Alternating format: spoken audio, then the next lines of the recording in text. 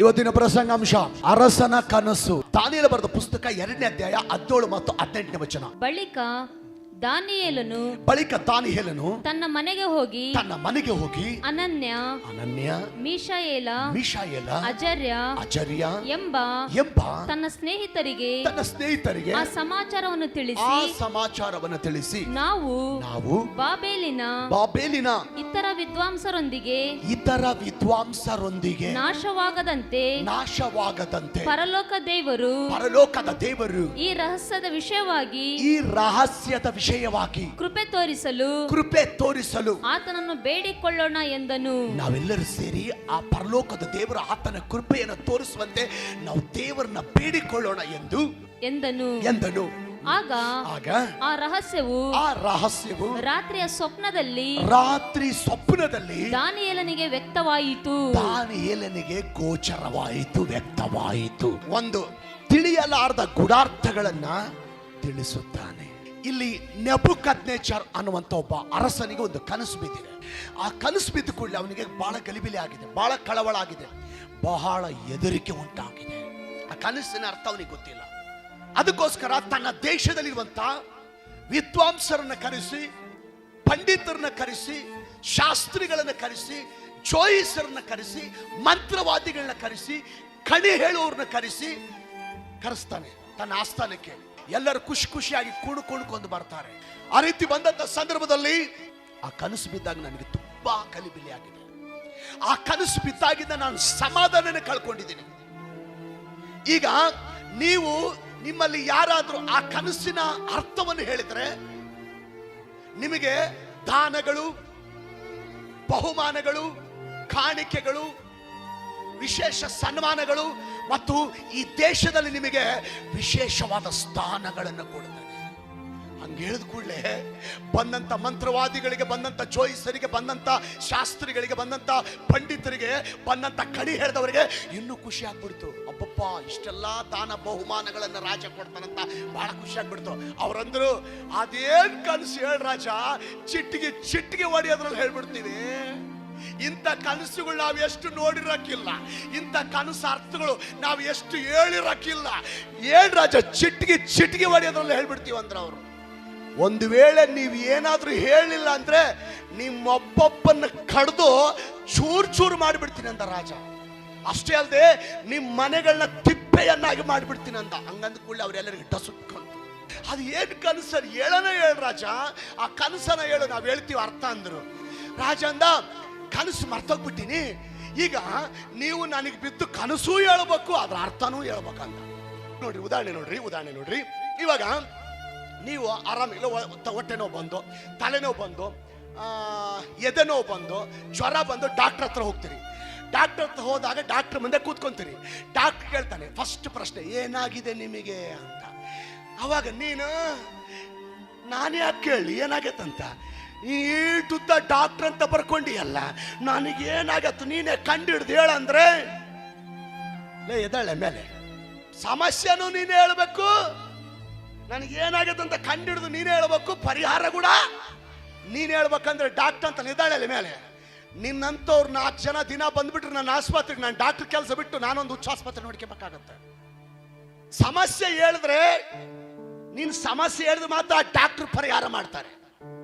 ಇನ್ನು ಲಾಯರ್ ಹತ್ರ ಹೋಗ್ತೀರಿ ಅನ್ಕೊಂಡ್ರಿ, ಏನೋ ಸಮಸ್ಯೆಯಿಂದ ಲಾಯರ್ ಹತ್ರ ಹೋಗ್ತಾರೆ. ಲಾಯರ್ ಹತ್ರ ಮುಂದೆ ಕೂತ್ಕೊಂತೀರಿ. ಲಾಯರ್ ಕೇಳ್ತಾನೆ ಫಸ್ಟ್, ಏನು ಸಮಸ್ಯೆ? ನಾನೇ ಕೇಳಿ ಸಮಸ್ಯೆ, ನೀನು ಎದಕ್ಕಾಗಿ ಲಾಯರ್, ಎದಕ್ಕೆ ಕರಿಕೋಟ್ ಹಾಕೊಂಡಿ? ನನ್ನ ಸಮಸ್ಯೆ ನೀನೇ ಕಂಡಿಡ್ದು ಹೇಳಂದ್ರೆ ಎದ್ದಾಳೆ ಮೇಲೆ. ನೀನು ಸಮಸ್ಯೆ ಹೇಳಿಲ್ಲ ಅಂದ್ರೆ ನನಗೆ ಹೆಂಗಯ್ಯ ಗೊತ್ತಾಗುತ್ತೆ? ಹೋಗಯ್ಯ, ಬೆಳಿಗ್ಗೆ ತಲೆ ತಿನ್ನ ಬಂದಿಯಲ್ಲ, ಬೆಳಿಗ್ಗೆ ಬೈದ್ ಕಳಿಸ್ತಾನೆ. ಅಂದ್ರೆ ನೀನು ಹೇಳಿಲ್ಲ ಅಂದ್ರೆ ಡಾಕ್ಟರ್ಗೆ ಸಮಸ್ಯೆ, ನೀನು ಹೇಳಿಲ್ಲ ಅಂದ್ರೆ ಲಾಯರ್ಗೆ ಸಮಸ್ಯೆ. ಈ ರಾಜ ಅಂತಾನೆ ಕನಸು ಮರ್ತೋಗ್ಬಿಟ್ಟಿ ನಾನು. ನೀನೇ ಕನಸು ಹೇಳಬೇಕು, ನನಗೇನ್ ಬಿದ್ದತ್ತ ನೀವೇ ಹೇಳಬೇಕು, ಅದ್ರ ಅರ್ಥ ಕೂಡ ಹೇಳಿಲ್ಲ ಅಂದ್ರೆ ಒಬ್ಬೊಬ್ಬನ ಸಿಗದು ತ್ವರಣೆ ಕಟ್ತೀನಿ ಅಂದ ರಾಜ. ಅಲ್ಲೆಲೂಯ. ಇವರೆಲ್ಲರೂ ಅಯ್ಯೋ ಇನ್ನು ನಮ್ಮ ಕತೆ ಮುಗಿತಪ್ಪ, ಇನ್ನು ನಾವು ರಾಜನ ಕೈಲಿ ಉಳಿಯಲ್ಲಪ್ಪ, ಇನ್ನು ನಮಗೆ ಸಾವು ಗ್ಯಾರಂಟಿ ಅಪ್ಪ, ಇನ್ನು ನಮಗೆ ಮರಣ ಗ್ಯಾರಂಟಿ ಅಪ್ಪ, ಅಯ್ಯೋ ಹೆಂಗ್ ಮಾಡ್ದಂತ ಎಲ್ಲರೂ ಗಲಿಬಿಲಿ ಆಗ್ತಾ ಇದ್ದಾರೆ, ಕಳವಳ ಆಗ್ತಾ ಇದ್ದಾರೆ, ಬೊಬ್ಬೆ ಆಗ್ತಾ ಇದ್ದಾರೆ. ಈ ರೀತಿ ಇನ್ನೇನು ರಾಜ ಅವ್ರನ್ನೆಲ್ಲ ಕಡ್ದು ಅವ್ರನ್ನ ಚೂರು ಮಾಡ್ಬೇಕಂತ ಇರುವಾಗ ಈ ವಿಷಯ ದಾನಿಯೇಲನಿಗೆ ಗೊತ್ತಾಗುತ್ತೆ. ದಾನಿಯೇಲನಿಗೆ ಗೊತ್ತಾಗಿ ದಾನಿಯೇಲ ರಾಜನ ಹತ್ರ ಬಂದು ಹೇಳ್ತಾನೆ, ರಾಜ ದಯಮಾಡಿ ನನಗೊಂದು ಸ್ವಲ್ಪ ಟೈಮ್ ಕೊಡು, ನನಗೆ ಒಂದು ದಿನ 2 ದಿನ ಟೈಮ್ ಕೊಡು, ನಾನು ಪ್ರಾರ್ಥನೆ ಮಾಡಿ ನಿನ್ನ ಕನಸು ಅದರ ಅರ್ಥ ಕೂಡ ನಾನು ಹೇಳ್ತೇನೆ. ಮನೆಗೋಗಿ ತನಗೆ 3 ಜನ ಫ್ರೆಂಡ್ಸ್ ಇದ್ರು, ಅನನ್ಯ, ಮಿಶಾಯಲ, ಆಶ್ಚರ್ಯ, ಶದ್ರಕ್, ಮೇಷಕ್, ಅಬೇದ್ನೆಗೋ. ಅವ್ರನ್ನ ಕರ್ಕೊಂಡು ಮನೇಲಿ ಕೂತ್ಕೊಂಡು ಪ್ರಾರ್ಥಿಸ್ತಾ ಇದ್ದಾನೆ,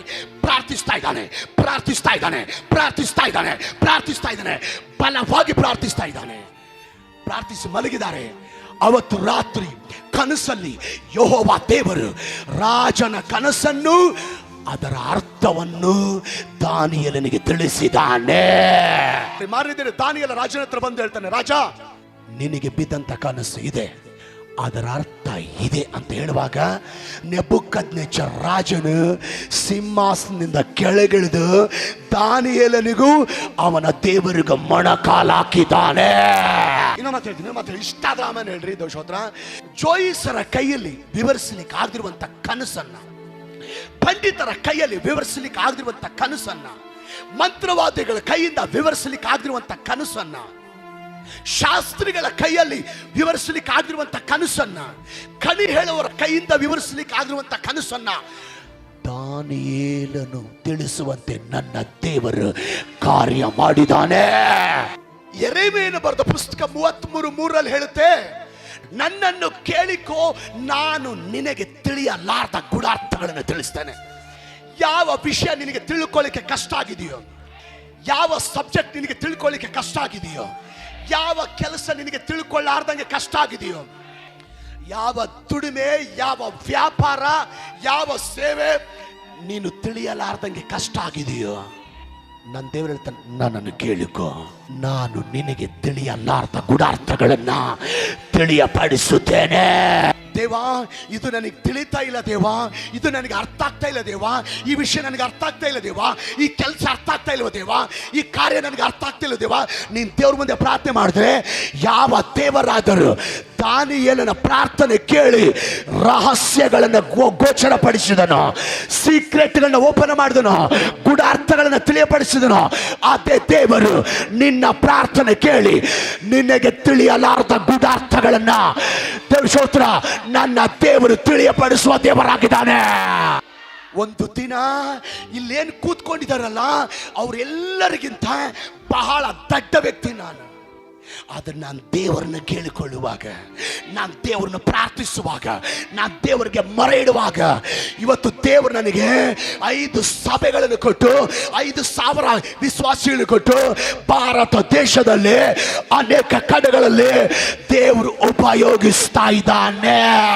ಒಂದ್ಸಾರಿ ಕೆಲವು ತಿಂಗಳ ಹಿಂದೆ ನಮ್ಮ ಸಭೆಗೆ ಒಬ್ಬ ತಾಯಿ, ಒಬ್ಬ ಯವನಸ್ಥ ಮಗಳು ಬಂದಿದ್ದಾರೆ. ಅವ್ರ ಮಗಳಿರುವಂತ ಸಮಸ್ಯೆ ಗೊತ್ತಾ? ಇದಕ್ಕಿದ್ದಂಗೆ ಕಾಲು ಉರಿ ಸ್ಟಾರ್ಟ್ ಆಯ್ತು, ಇದಕ್ಕಿದ್ದಂಗೆ ತಲೆ ಉರಿಲಿಕ್ಕೆ ಸ್ಟಾರ್ಟ್ ಆಯ್ತು, ಇದಕ್ಕಿದ್ದಂಗೆ ಈ ಬಿಕ್ಕಳಿಕೆ ಬರುತ್ತೆ ನೋಡ್ರಿ, ಬಿಕ್ಕಳಿಕೆ, ಆ ತರ ಬಿಕ್ಕಳಿಕೆ ಬರಂಗ್ ಸ್ಟಾರ್ಟ್ ಆಯ್ತು. ಬಿಕ್ಕಳಿಕೆ ಏನೋ ಒಂದು 5 ನಿಮಿಷ ಬಂದು, ಒಂದು 10 ನಿಮಿಷ ಬಂದು ಹೋದ್ರೆ ನಮ್ಗೇನೋ ಅವ್ರಿಗೇನೋ ಅಷ್ಟು ಬೇಜಾರಾಗ್ತಿರ್ಲಿಲ್ಲ. ದಿನದ 24 ಗಂಟೆ ಆ ಬಿಕ್ಕಳಿಕೆ ಬರ್ತಾನೆ ಇರ್ತದೆ, ಬಿಕ್ಕಳಿಕೆ ಬರ್ತಾನೆ ಇರ್ತದೆ. ಕಾಲು ಉರಿ ಒಂದು ಕಡೆ, ತಲೆ ಉರಿ ಒಂದು ಕಡೆ. ಆಸ್ಪತ್ರೆಗೆ ತೋರಿಸಿ ಆಸ್ಪತ್ರೆಗೆ ತಿರುಗಿ ಸಾಕಾಗೋಗಿದೆ ಅವರಿಗೆ. ಆಸ್ಪತ್ರೆಗೆ ಹೋಗಿ ಎಲ್ಲ ಚೆಕ್ ಮಾಡಿಸಿದ್ರೆ ರಿಪೋರ್ಟ್ ನಾರ್ಮಲ್ ಬರ್ತಾ ಇದೆ. ಅಮ್ಮ ನಿಮ್ಮ ಮಗಳಿಗೆ ಏನಿಲ್ಲಮ್ಮ, ನಾರ್ಮಲ್ ಬಂದಿದೆ, ಮನೆಗೆ ಹೋಗ್ರಿ, ಮನೆಗೆ ಬರ್ತಾರೆ. ಸಮಸ್ಯೆ ಕಡಿಮೆ ಆಗ್ತಾ ಇಲ್ಲ, ಉರಿ ಕಡಿಮೆ ಆಗ್ತಾ ಇಲ್ಲ, ಆ ಒಂದು ತಲೆ ಉರಿ ಕಡಿಮೆ ಆಗ್ತಾ ಇಲ್ಲ, ಕಾಲು ಉರಿ ಕಡಿಮೆ ಆಗ್ತಾ ಇಲ್ಲ, ಬಿಕ್ಕಳಿಕೆ 1 ನಿಮಿಷ ನಿಲ್ತಾ ಇಲ್ಲ. ಎಷ್ಟೋ ದಿವಸಗಳಿಂದ ಮದುವೆ ಮಾಡ್ಬೇಕಂತೇಳಿ ವರನನ್ನ ಹುಡುಕ್ತಾ ಇದ್ದಾರೆ. ಅವರ ಪ್ರಾರ್ಥನೆಗೆ ದೇವರು ಒಂದು ವರ ಬಂದು ನೋಡ್ಕೊಂಡು ಒಪ್ಕೊಂಡು ಹೋಗಿದ್ದಾನೆ.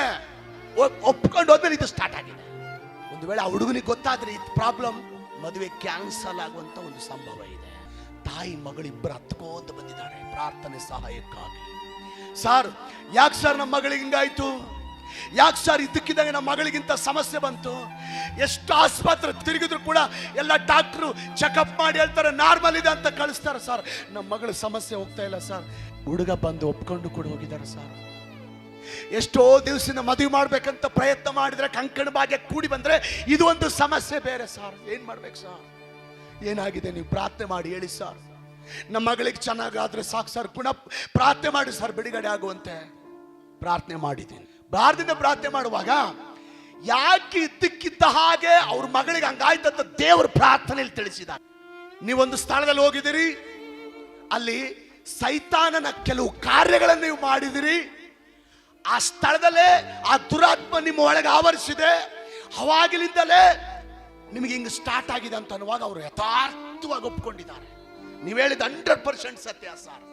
ಆ ವಿಷಯದಲ್ಲಿ ಆ ಮಗಳು ಪಶ್ಚಾತ್ತಾಪ ಪಟ್ಟಿದ್ದಾಳೆ.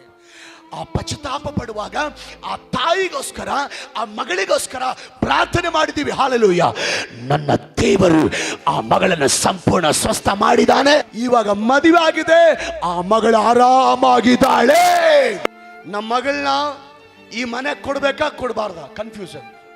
ಆ ಮನೆ ಒಳ್ಳೆಯವರ ಕೆಟ್ಟವರ ಅನೇಕರು ಕನ್ಫ್ಯೂಸ್ ಅಲ್ಲಿದ್ದಾರೆ. ಈ ಹುಡುಗಿನ ನಮ್ಮ ಮನೆಗೆ ನಮ್ಮ ಮಗನಿಗೆ ಮದುವೆ ಮಾಡ್ಕೊಂಡ್ ಬರ್ಬೇಕಾ ಬೇಡವಾ? ಅವ್ರು ಒಳ್ಳೆಯವರ ಕೆಟ್ಟವರ ಕನ್ಫ್ಯೂಸ್ ಅಲ್ಲಿದ್ದೀರಿ. ಈ ವ್ಯಕ್ತಿ ಜೊತೆ ಪಾರ್ಟ್ನರ್ ಆಗಿ ಬಿಸ್ನೆಸ್ ಮಾಡ್ಬೇಕಾ ಮಾಡಬಾರ್ದಾ ಕನ್ಫ್ಯೂಸ್ ಅಲ್ಲಿದ್ದೀರಾ? ಈ ಊರಲ್ಲಿ ಬಿಸ್ನೆಸ್ ಮಾಡ್ಬೇಕಾ, ಆ ಊರಲ್ಲಿ ಬಿಸ್ನೆಸ್ ಮಾಡ್ಬೇಕಾ, ಇಲ್ಲಿ ಸೇವ್ ಮಾಡ್ಬೇಕಾ, ಅಲ್ಲಿ ಸೇವ್ ಮಾಡ್ಬೇಕಾ ಅಂತ ಕನ್ಫ್ಯೂಸ್ ಅಲ್ಲಿದ್ದೀರಾ? ತಿಳಿತಾ ಇಲ್ವಾ? ಅರ್ಥ ಆಗ್ತಾ ಇಲ್ವಾ? ಇವತ್ತು ಪರಿಶುದ್ಧಾತ್ಮ ದೇವರು ಹೇಳ್ತಾನೆ, ದಾನಿಯೇಲನು ದೇವರನ್ನ ಪ್ರಾರ್ಥಿಸಿದ ಪ್ರಕಾರ ನೀವು ದೇವರನ್ನ ಪ್ರಾರ್ಥಿಸಿದ್ರೆ ನನ್ನ ದೇವರು ಖಚಿತವಾಗಿ ತಿಳಿಯಲಾರ್ದ ವಿಷಯಗಳನ್ನ, ತಿಳಿಯಲಾರ್ದ ಗೂಢಾರ್ಥಗಳನ್ನ ನಿಮಗೆ ತಿಳಿಸುವಂತ ದೇವರಾಗಿದ್ದಾನೆ. ದಾನಿಯೇಲನ ತರ ನಿಮ್ಮ ಮಕ್ಕಳನ್ನ ದೇವರು ಆಶೀರ್ವಾದ ಮಾಡ್ತಾ ಇದ್ದಾರೆ. ಆ ಕೃಪೆ ನಿಮ್ಮ ಮಕ್ಕಳಲ್ಲಿ ಇಳಿದು ಬರ್ತಾ ಇದೆ. ನೀವು ನಿಮ್ಮ ಮಕ್ಕಳಿಗೋಸ್ಕರ ಪ್ರಾರ್ಥಿಸುವುದಾದ್ರೆ, ನೀವು ನಿಮ್ಮ ಮಕ್ಕಳಿಗೋಸ್ಕರ ಮೊಣಕಾಲು ಹಾಕುವುದಾದ್ರೆ, ಅವ್ರು ಓದುವಂತ ಸ್ಕೂಲಲ್ಲಿ, ಅವ್ರು ಓದುವಂತ ಕಾಲೇಜಲ್ಲಿ, ಅವ್ರು ಓದುವಂತ ಹಾಸ್ಟೆಲಲ್ಲಿ ಎಲ್ಲರಿಗಿಂತ ಜ್ಞಾನದಲ್ಲಿ ನಂಬರ್ 1 ಆಗಿ ನಿಮ್ಮ ಮಕ್ಕಳನ್ನ ನನ್ನ ದೇವರು ಆಶೀರ್ವದಿಸುವ ದೇವರಾಗಿದ್ದಾನೆ. ನಾನು ಪ್ರವಾದನೆಗೆ ಹೇಳ್ತೇನೆ, ನಿಮ್ಮ ಮಕ್ಕಳಿಗೋಸ್ಕರ ಪ್ರಾರ್ಥನೆ ಮಾಡಲಿಕ್ಕೆ ರೆಡಿ ಆದ್ರೆ ಎಲ್ಲರಿಗಿಂತ ನಿಮ್ಮ ಮಕ್ಕಳನ್ನ ನಾನು ಮೊದಲನೇ ಸ್ಥಾನದಲ್ಲಿ ನಾನು ಮೇಲೆ ತರುತ್ತೇನೆ. ಸ್ನೇಹಿತರೆ, ಮಲೆನಾಡು ಗಾಸ್ಪೆಲ್ ಮೀಡಿಯಾ 2.0 ವೀಕ್ಷಿಸಿದ್ದಕ್ಕಾಗಿ ನಿಮಗೆ ತುಂಬಾ ಧನ್ಯವಾದಗಳು. ಈ ಸಚಿವಾಲಯದ ಮೂಲಕ ಸುವಾರ್ತೆಯನ್ನು ಹಂಚಿಕೊಳ್ಳಲು ಮತ್ತು ಭರವಸೆಯ ಸಂದೇಶವನ್ನು ಪ್ರಸಾರ ಮಾಡಲು ನಮಗೆ ಅಪಾರ ಉತ್ಸಾಹವಿದೆ. ನಮ್ಮ ವಿಷಯದಿಂದ ನೀವು ಆಶೀರ್ವದಿಸಲ್ಪಟ್ಟಿದ್ದರೆ ಅಥವಾ ಪ್ರೋತ್ಸಾಹಿಸಲ್ಪಟ್ಟಿದ್ದರೆ ನಮ್ಮ ಈ ಉದ್ದೇಶಕ್ಕೆ ಬೆಂಬಲ ನೀಡುವಂತೆ ವಿನಂತಿಸುತ್ತೇವೆ. ನಿಮ್ಮ ಪ್ರತಿಯೊಂದು ದೇಣಿಗೆ ಎಷ್ಟೇ ಚಿಕ್ಕದಾದರೂ ಹೆಚ್ಚು ವಿಡಿಯೋಗಳನ್ನು ಮಾಡಲು, ಹೆಚ್ಚು ಜನರನ್ನು ತಲುಪಲು ಮತ್ತು ಈ ಸೇವೆಯನ್ನು ಬಲವಾಗಿಡಲು ನೇರವಾಗಿ ಸಹಾಯ ಮಾಡುತ್ತದೆ. ಪರದೆಯ ಮೇಲೆ ಕಾಣುವ QR ಕೋಡ್ ಅನ್ನು ಸ್ಕ್ಯಾನ್ ಮಾಡಿ ಅಥವಾ ದೇಣಿಗೆ ನೀಡಲು ವಿವರಣೆಯಲ್ಲಿರುವ ಲಿಂಕ್ ಅನ್ನು ಕ್ಲಿಕ್ ಮಾಡಿ. ನಿಮ್ಮ ಆದಾರ್ಯವು ನಿಜವಾಗಿಯೂ ಶಾಶ್ವತವಾದ ವ್ಯತ್ಯಾಸವನ್ನು ಮಾಡುತ್ತಿದೆ. ಧನ್ಯವಾದಗಳು ಮತ್ತು ದೇವರು ನಿಮ್ಮನ್ನು ಆಶೀರ್ವದಿಸಲಿ.